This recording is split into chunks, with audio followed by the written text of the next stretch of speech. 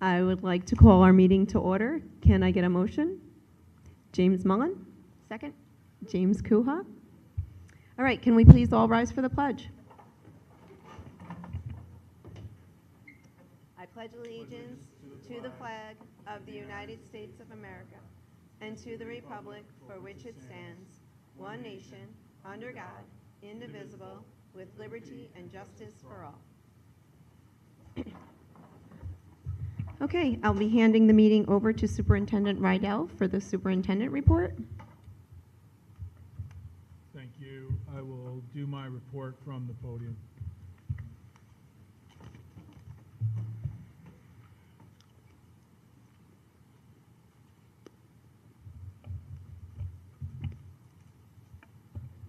Thank you, Mr. Bakatsias. Good evening, everyone. So tonight I want to go through a few items, but there's one topic that certainly deserves the most attention and certainly has been in the news of late. And that's not the right button. This would be, and that is the distraction-free ban on electronic devices or internet-enabled devices that Governor Hochul signed with the budget bill in May. And with the language therein, we have requirements that every school district across New York State must abide by and adopt a policy that is aligned with the requirements in the law.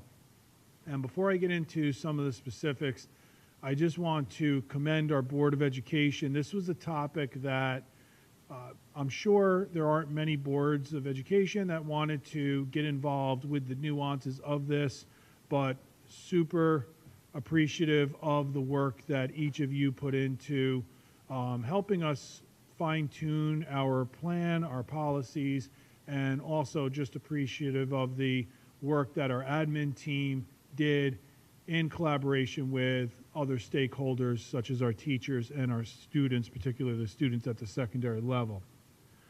So the distraction-free schools law really entails prohibiting the use and even the possession of, on your person, of internet-enabled devices from bell to bell. So it's often called the bell-to-bell ban because Governor Hochul's language was very clear that this is from the moment the students arrive to school prior to going to their homeroom or their first period class, they are to store their device in an approved mechanism or manner. Those could be, in some school districts you're seeing, purchasing of pouches that the students would place them in at the beginning of the day. They would be sealed, for lack of a better term, and then they would be opened at the end of the day so the student could have access. One of the nuances of the law is that the devices cannot be stored in backpacks. So in other words, the student couldn't simply turn their device off, put it in their backpack, and have it with them throughout the day. It needed to be stored in another mechanism. So whether it's the pouches that I just referenced or student lockers. So let's get into some of the details. And again, this is from the beginning of the day until immediately following dismissal. So this I really just went through.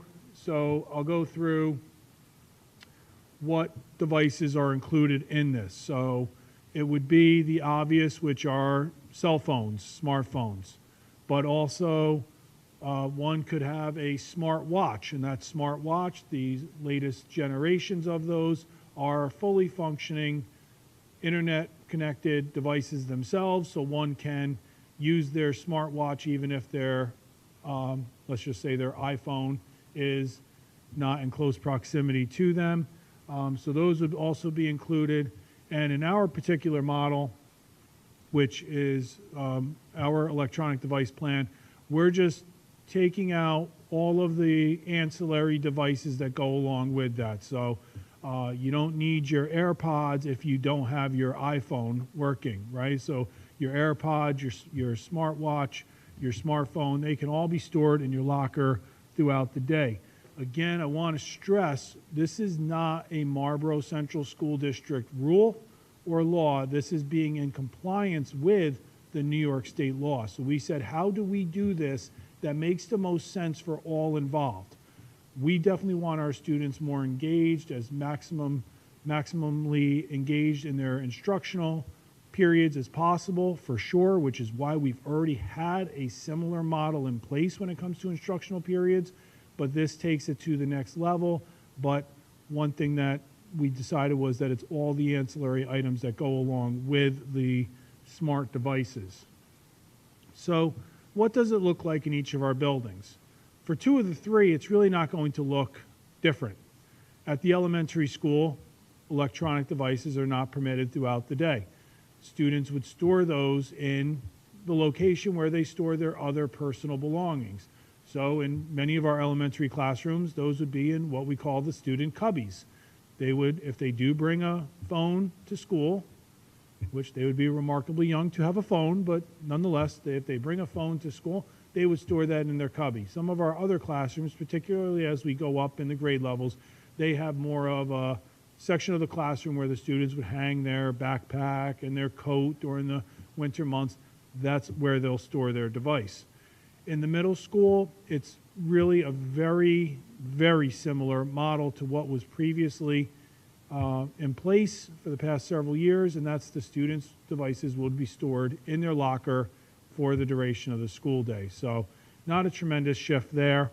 The bigger shift would be at the high school level, where the students will be placing their cell phone and other ancillary devices in their locker before they go to homeroom. That's the key part, before they go to homeroom, or if they happen to have late entry, it's before they go to their first scheduled period, and they would get their device from their locker following dismissal, or similarly, if they have early dismissal, after their last scheduled class. But it's not to be used while on school grounds during the school day. That's really the key piece there. So one of the things that our plan also entails is that with everything else, we're here to support our students, we're here to guide our students, we're here to assist our students, and our faculty, staff, and administration will continue to do that. That's for sure. We do have things in place where if students do not comply, which is going to be a very, very small number of students with our code of conduct, like any other rule in our code of conduct, and there's a response to that. And I'll get into that in just a moment. But in addition to supporting and assisting our students, our faculty, staff, and administration will enforce this.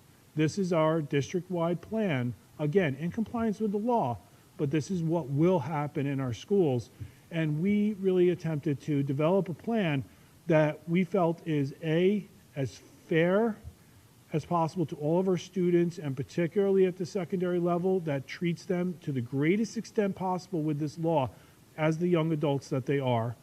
And similarly, we also wanted to make it so that with a concept such as a distraction-free law that's in place here, we also don't cause disruption because of this plan. And by that I mean, we really wanted to put a model that eliminates any struggle between our faculty and staff and the students in trying to enforce this plan and our policy.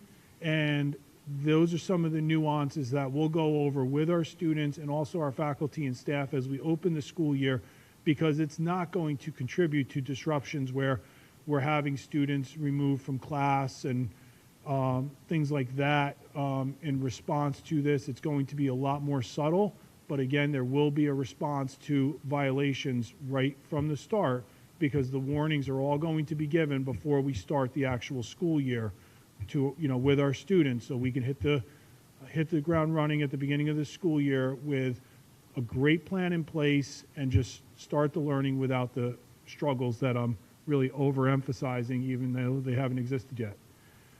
So the responses for students that aren't electing to follow this model, so in other words, a student that during the day decided to go to their locker to get their device and then use their device, our responses will be pretty straightforward, and it's the progressive discipline model that we apply in every aspect of our responses to students that violate the code of conduct. So again, warnings, they're not in the continuum, but items such as a lunch detention, after school detention, any sort of in-school suspension or suspension from after-school activities or extracurriculars, that's certainly all within the realm of the administrator's discretion to apply, again, in a progressive discipline manner.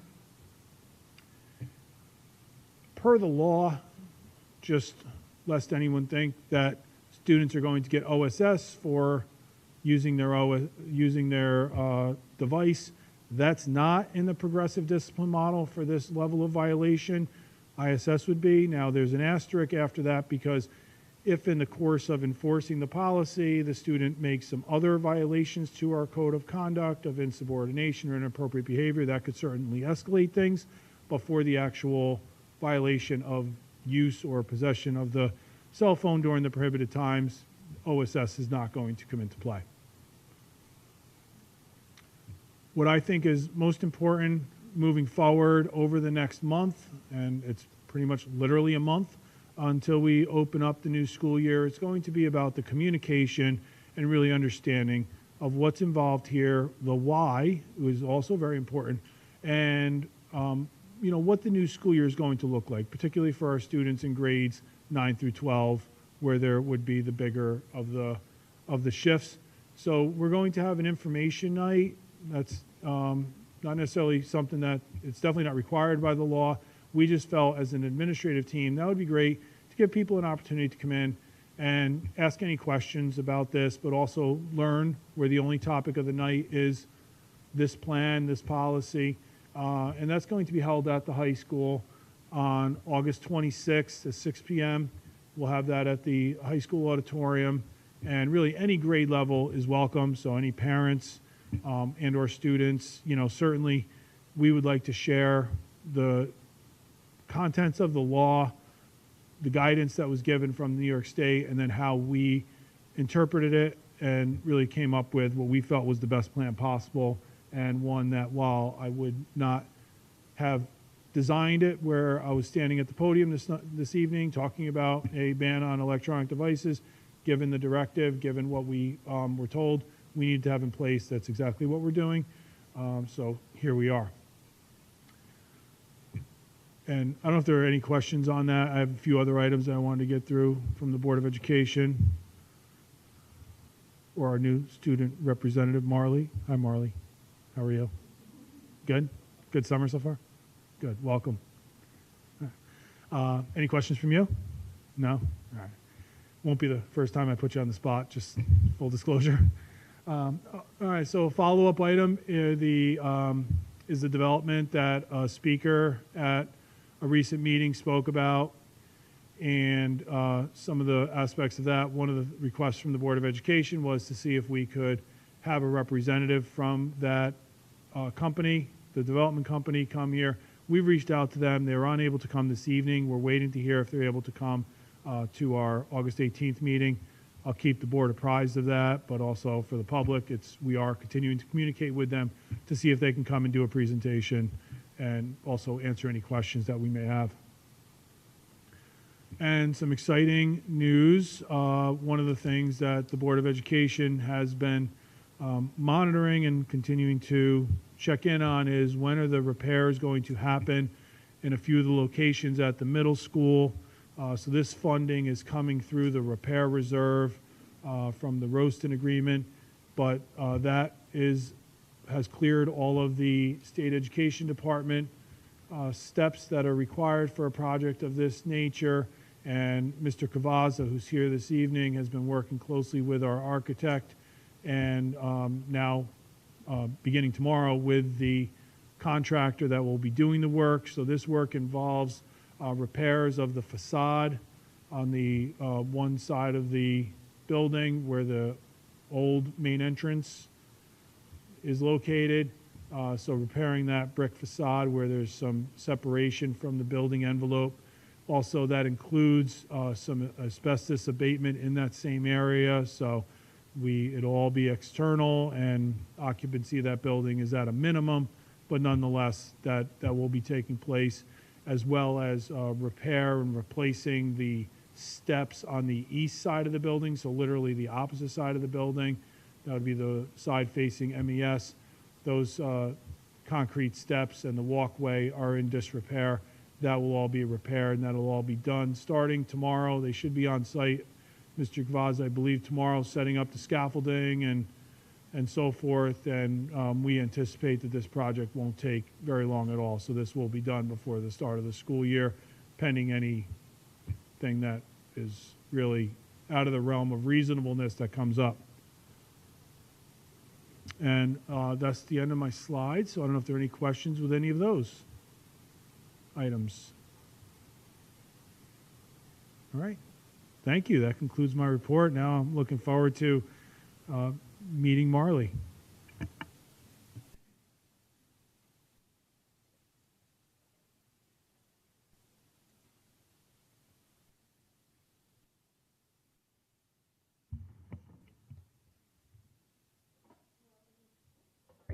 Welcome, Ms. Marley Bilyeu. We're so excited to have you. You are our second student rep that's going to be joining us for the school year, and we're just really happy that you're here. Are you ready to share your report? All right. No, she's got to be sworn in first. Sorry.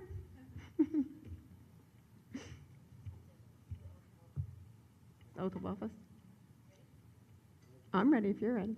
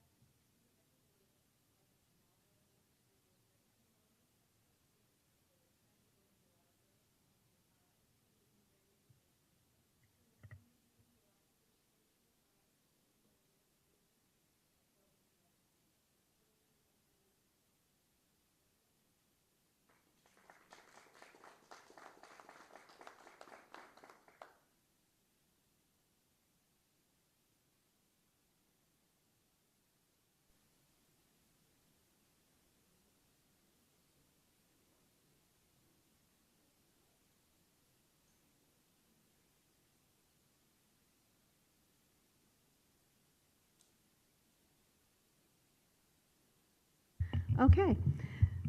Public comment on agenda items. Public comment on agenda items. Each speaker shall state their name and town of residence. Each speaker will be limited to 3 minutes. Comments should be kept as brief as possible and relate to school matters. The board will consider your comment and refer such to the appropriate office. Do we have any public comment on agenda items? Okay. Can I ask Marley a few questions? Sure. So since we don't have any speakers, and Marley, this is your first meeting, again, wanted to welcome you, but also I just wanted to stress that the Board of Education really wants to hear from the student reps, from all students, but specifically from the student reps, and it does help us shape our goals and then also the things that are priorities, and helps them make decisions. And it shouldn't just come from administrators such as myself. It should also come from students. So why don't you just take a moment and maybe tell us why you decided to put yourself out there and become a student representative, which I applaud you. I would not have the courage to do that. Not that there's anything to be scared of, but I would not at your age. And just a little bit about yourself, because we really look forward to working with you.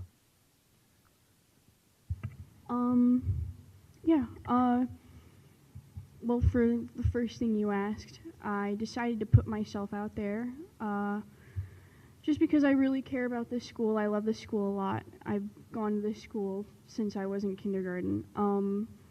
And, you know, I'm in and around the school. I consider myself involved. and I consider myself opinionated. So, you know, when things happen and when things go down, I usually feel like I have something to say about it.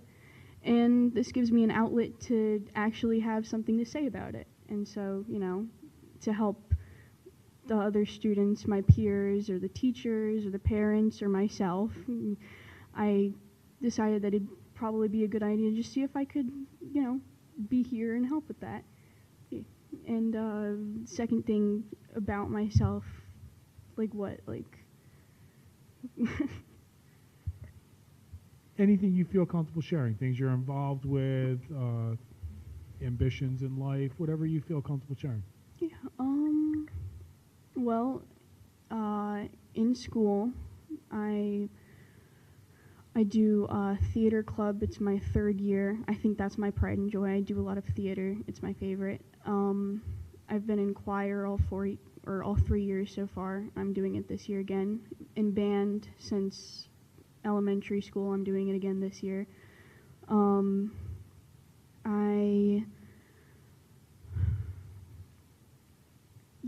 And outside of school, well, I volunteer with my church a lot. I go to the food pantry to help with that, just handing out food and organizing and stuff. And at home, I have a little brother he's just turned 1 in March. He's so cute. I wish everyone could see him. He's so adorable. He's walking and he's kind of talking. Yeah, but I go to mostly drama club. Other than that, there's some clubs I stop in every once in a while, like art club, but drama club takes up a lot of time. Oh, and track, which I started last year. So, yeah. That's awesome, Marley. Thank you so much. You are going to be an incredible student rep on this Board of Education, I can tell just from those answers. So, welcome. Thank you. Okay, moving on to consent agenda. Resolved that the Board of Education, upon the recommendation of the Superintendent of Schools, approves the contracts, agreements, and reports as presented. Personnel recommendations, official board meeting minutes of 7/7/25, reorganization and workshop meetings, budget transfer, equipment disposition, book disposition, contract kids educational services, contract transportation shared with Highlands CSD, contract Devereaux behavioral health, contract Learn Well, financial reports, books, financial reports, book, principles of management. Any questions? Okay. Hold on, I gotta find it.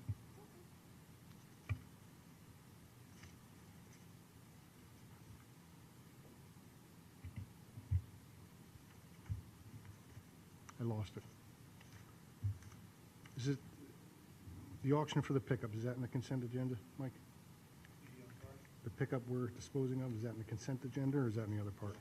It is. So just a quick question on that one. Does that go to auction or do we sell it outright?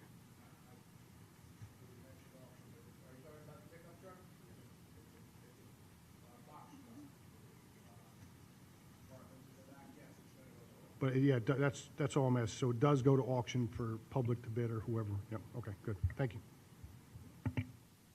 I'm sorry, just to further explain that, just for future reference, I don't know the level of disrepair that something would need to be in outside of an accident or something like that, which it would be totaled at that point. But if it's something that we're disposing of, such as a vehicle, it's going to go to auction. Any other questions? Okay, can I get a motion? Faith Nanini, and then James Mullen. Call the roll. James Kuha? Faith Nanini? Yes. James Mullen? Yes. And myself, yes.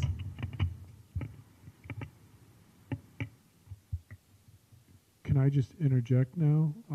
So that was actually a big vote, and it's always remarkable that sometimes the biggest votes can go unnoticed if we don't just pause. But that was one of the items there was the personnel agenda.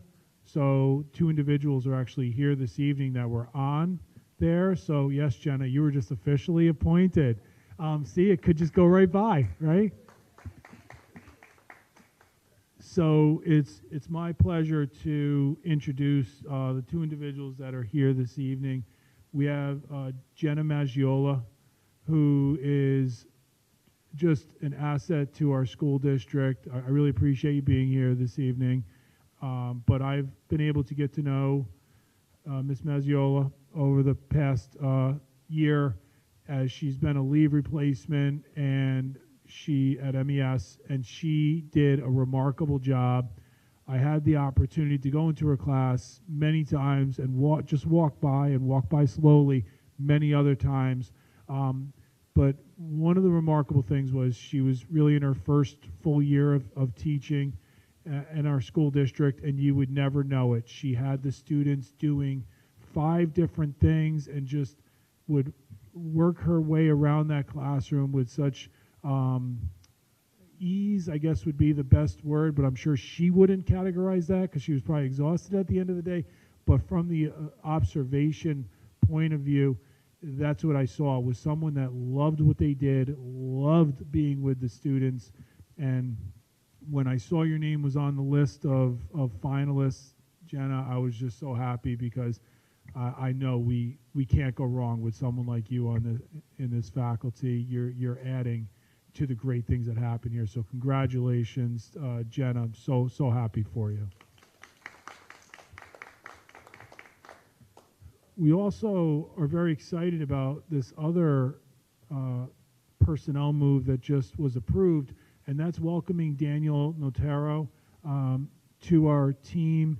He was among the applicants for the field service technician position, and obviously that could come with a diverse possibility of skills coming in, and we really got fortunate that by I don't like to use the word happenstance or what have you, but it was coincidental that Daniel and Marlboro Central School District paths crossed, and he put in for the position. And I don't want to speak for the committee, but I don't know that they had the hardest decision, because his skill set, his resume, and from what I've heard, his interpersonal skills, just a great match for our school district.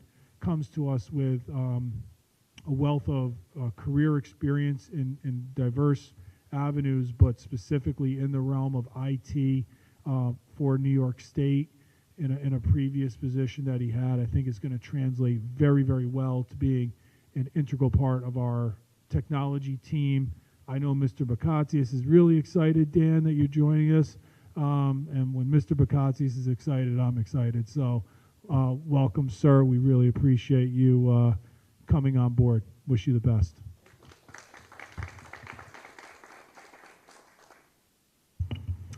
Moving on to recommended actions, the Marlboro Central School District Emergency Response Plans for the 2025-2026 year. Resolved that the Board of Education, upon the recommendation of the Superintendent of Schools, approve the MCSD Emergency Response Plan along with the Marlboro Elementary, Middle, and High School buildings emergency response plans for the 2025-2026 school year as presented. Any questions? Oh, sorry. Can I get a motion? Faith and James Mullen. Call the roll. James Kuha. Yes. Faith Nanini. Yes. James Mullen. Yes. Myself, yes. Contract OU BOCES Clinical Experience Agreement. Resolved that the Board of Education, upon the recommendation of the Superintendent of Schools, approve the clinical experience contractual agreement with OU BOCES beginning 7/1/2025 through 6/30/2028. Any questions? No? Can I get a motion? James Mullen and Faith Nanini. Sure. So just to answer a question on that may come up is, the question may be, what is this?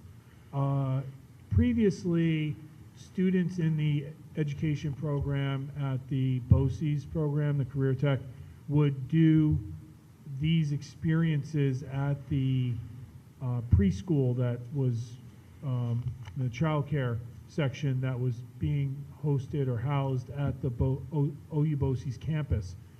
As a result of, I believe it's exclusively a result of their capital project, but I don't want to misspeak on that, but they don't have that program this year, so the students would still need to get those practicum experiences.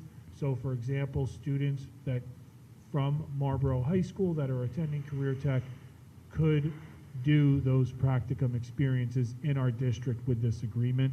That's what we're agreeing to. So it's not for, you know, really it's exclusively for our students to be able to do the practicum in their school district. Thank you, Mr. Rydell. Thank you, Mr. Rydell. Cooperative Purchasing Program Participation. Resolved that the Board of Education, upon the recommendation of the super... Oh, I'm so sorry. Oh, can I get a motion? Sorry. Remotion. Oh, I'm so sorry. I'm so sorry. James Kuha, you threw me off. Yes. Faith Nanini? Yes. And James Mullen? Yes. I apologize. And myself, yes. Don't do that again. All right. Cooperative Purchasing Program Participation. Resolved that the Board of Education, upon the recommendation of the Superintendent of Schools, authorize the participation in the attached Cooperative Purchasing Program, allowing the district purchasing agent to register and act on behalf of the Marlboro Central School District in connection with such programs as presented. Any questions?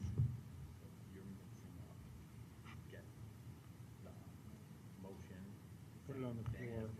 Oh, put a motion first and then on the floor. Thank you. So can I get a motion? James Mullen? Faith Nanini? Any questions? Okay. Senior Account Clerk? Oh, I'm so sorry. I'm so sorry. James Kuha? Yes. Faith Nanini? Yes. James Mullen, I Yes. apologize.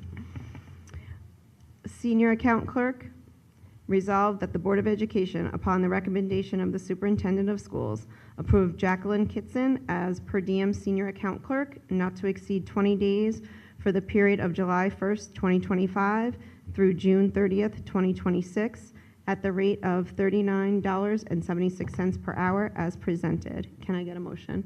James Mullen? Faith Nanini? Any questions? All right, call the roll. James Kuha? Yes. Faith Nanini? Yes. James Mullen? Yes. All right, And yourself. and myself, yes. Marlboro Central School District Code of Conduct. Resolved that the Board of Education, upon the recommendation of the Superintendent of Schools, approve the District Code of Conduct for the 2025-2026 school year as presented. Can I get a motion? James Mullen? James Kuha? Any questions? Call the roll. James Kuha? Yes. Faith Nanini? Yes. James Mullen? Yes. And myself, yes. All right, policy numbers 5410, 5575, 5685, and 7316. Resolved that the Board of Education, upon the recommendation of the Superintendent of Schools, approve the first read of policies 5410, 5575, 5685, and 7316 as presented. Can I get a motion? James Kuha? James Mullen? Any questions? Did you have a question, James? I'm sorry. Call the roll. James Kuha? Yes. Faith Nanini? Yes. James Mullen? Yes. And myself, yes. All right. New business? Any new business? So I just wanted to follow up because there was some interest in the vehicle that we're disposing of, putting out to auction. Just so you know, it's not just that it's getting up in miles or things like that. The transmission, I believe, is completely in disrepair. Yeah, so it very expensive in a heavy-duty vehicle such as that to replace that. When you couple it with the fact that it does have high mileage and certainly rust and other, what comes along with time. The decision was very clear, and I know Larry and his team did a lot, and they do a lot with all of our vehicles to really extend their lives to the greatest extent possible. But that's why we're disposing it. Since it was highlighted, I just wanted you to know we really didn't have a responsible alternative. The alternative was it was time to dispose of this, unfortunately. Everything accurate there, Mr. Cavazza?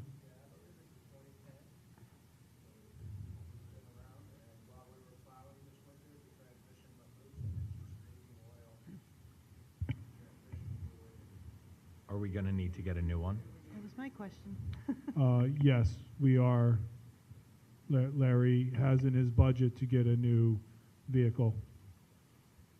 That would So I will replace this say, one. Mike, I just want to chime in there. So I did read that disposition that it needed a transmission, and as most of you know, I'm pretty aware of what the costs are, so I definitely don't question the replacement. Something like that, in my side of the business, we would have gotten rid of probably 4 years ago because of rust, condition issues, mechanical issues, so definitely not questioning that. Really, I just want to make the public aware that should they desire that vehicle, hop onto that website, because we sure would like to see a return on it. Just want to stress that transmission is completely, it is not, it needs to be replaced, not repaired. So, and I just wanted to clarify it, not necessarily for you, Mr. Kua, but just when something's highlighted, I just want anyone that might be watching to know why we make those decisions. It's always with what's the best fiscal decision to make, and that's what we did. So, thank you. Okay. Any old business? Other items? Okay. Recognition of district residents. Recognition of district residents. Each speaker shall state their name and town of residence. Each speaker will be limited to 3 minutes. Comments should be kept as brief as possible and relate to school matters. The board will consider your comment and refer such to the appropriate office. Yes?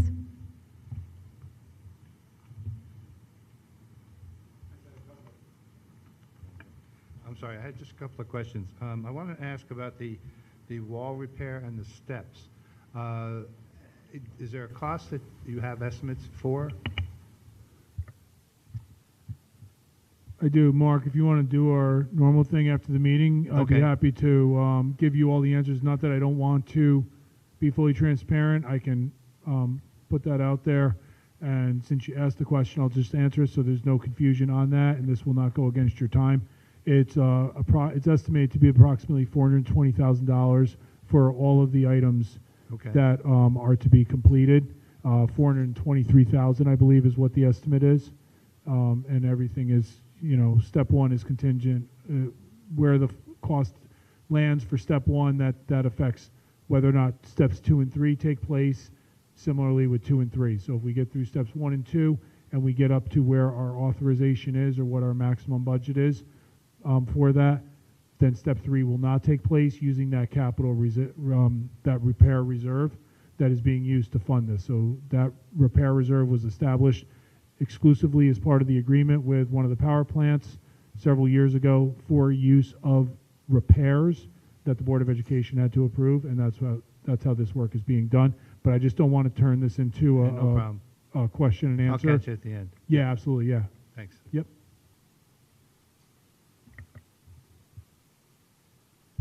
Okay. We will not be going to executive session this evening, so I would like to adjourn this workshop meeting. Can I get a motion? Faith Nanini, James Mullen. Thank you and have a great night. Thank you, great job. That was Rena's speaking. I threw you off on that, I'm sorry. No. It was just a weird agreement.